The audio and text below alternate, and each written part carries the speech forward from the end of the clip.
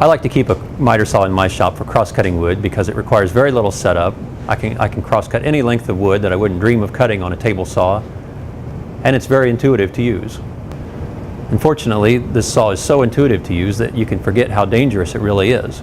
For example, when I plunge the saw to cut a board, you can see how much of the blade is actually exposed. If your hand was too close to that, you're opening yourself up for a possible injury.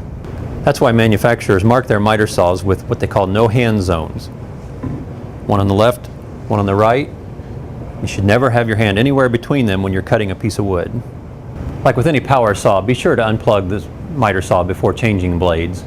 And of course, always wear eye protection and hearing protection because a miter saw is one of the loudest tools in your shop. Now let me tell you a little bit about how a miter saw works. A miter saw gets its name because it makes angled cuts, called miters, up to 45 degrees left and right, and some models even go beyond that.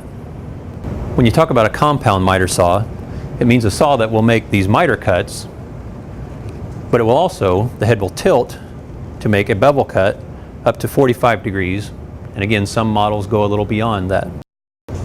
You can also buy a dual bevel saw which bevels to the left and to the right, but when you tilt the head this far you need to have clearance so the fences slide out to make room and then slide back for when you need support on 0-degree bevel cuts. You should also consider how much cutting capacity you need. A 10-inch compound miter saw cuts about 5.5 to 6 inches wide, and a 12-inch compound cuts about 8 inches wide.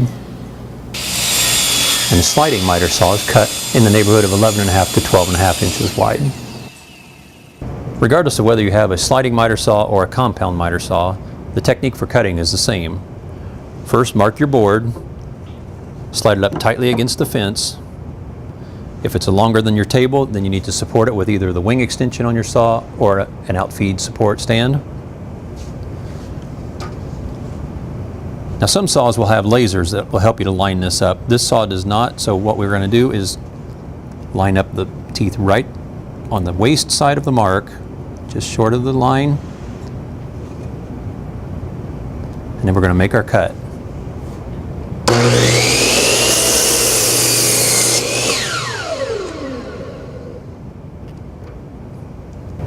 If you're like me, you'd rather cut your board just a little bit long rather than a little bit too short. So I like to err on the side of caution. I'll show you a tip here that will help you to sneak up on a cut. The teeth on a saw blade are just a little bit wider than the body of the blade. So what we're going to do is push the head of the saw down, take your workpiece, hold it tight against the fence, and then push it against the body of the blade. Hold it firmly so it won't move. Now as you raise the saw blade, you'll feel the teeth drag, so that when we cut, we're going to remove just that thin little difference.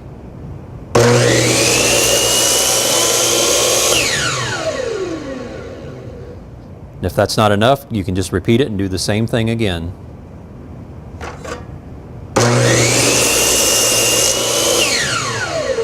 And there we go. Earlier we talked about the no hand zone for safe cutting, but you can't see those marks when you've got your board on the table.